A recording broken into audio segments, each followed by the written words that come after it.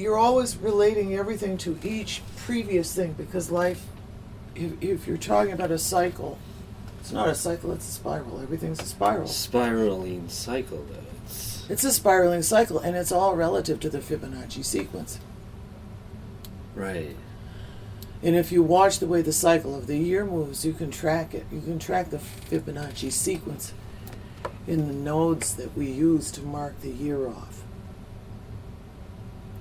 And if you wanted to do that, it would be very, very easy to kind of mock it up. But, you know, if we're referencing everything from the solstice, or the point where the seed atom that gets everything ignited, okay, going, you have to understand that ostensibly that was the night that Christ was born. And, you know, we know that he wasn't born on December 25th, that that's just something people made up so that it would be easier for us to figure out who he was, or it gave him some... Well, it was a way of coalescing the Mediterranean cultures, so they were all synced.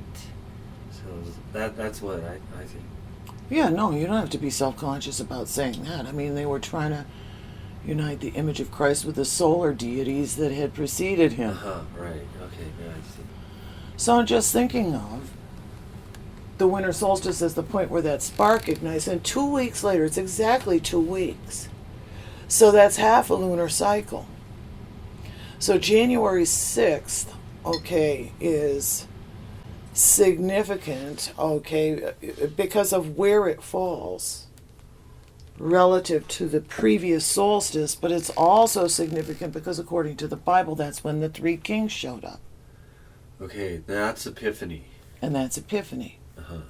And the thing about Epiphany, okay, the three kings, if you watched them all on the Night Visitors, or were into any of the stories that they told us about. Who are the kings? Aren't they the Magi? The three kings. Are they? The gift of the Magi were the astronomers and the astrologers from Persia, who had seen this coming, and they came from the Far East. They came from India.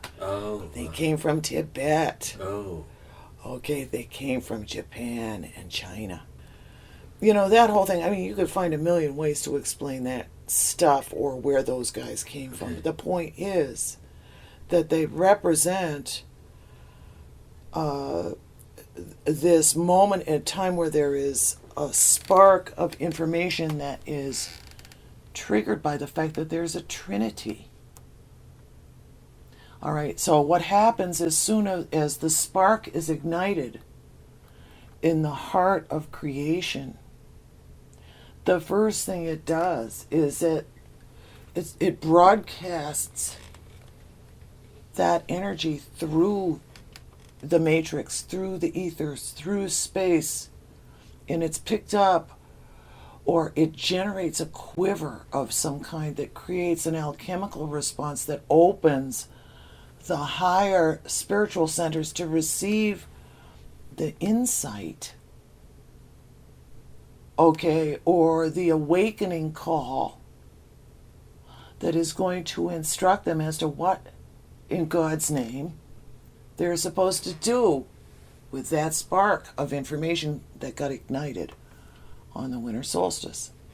So the solstice is the spark. The Epiphany, 2 weeks later, we get the chance to sort of have this information reach us. All right, because there's there's space and time, okay, and there's a continuum and whatever. Ostensibly, it comes to us instantaneously, but the information that's coming out of the heart of creation reaches us 2 weeks later.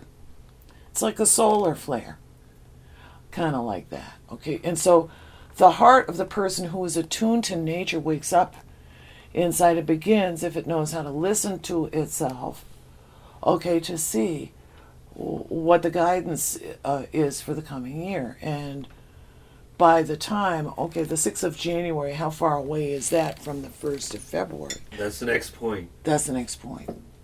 And the 1st of February is Imbolc, or Candlemas, or St. Bridget's Day, which is the day that what is she called? Well, St. Bridget. St. Bridget was a sorceress who was raised by a wizard. Okay, and her deal was that she had the capacity to multiply food and drink. She was the heart of abundance. She was also the point that represented the beginning of the marriage cycle.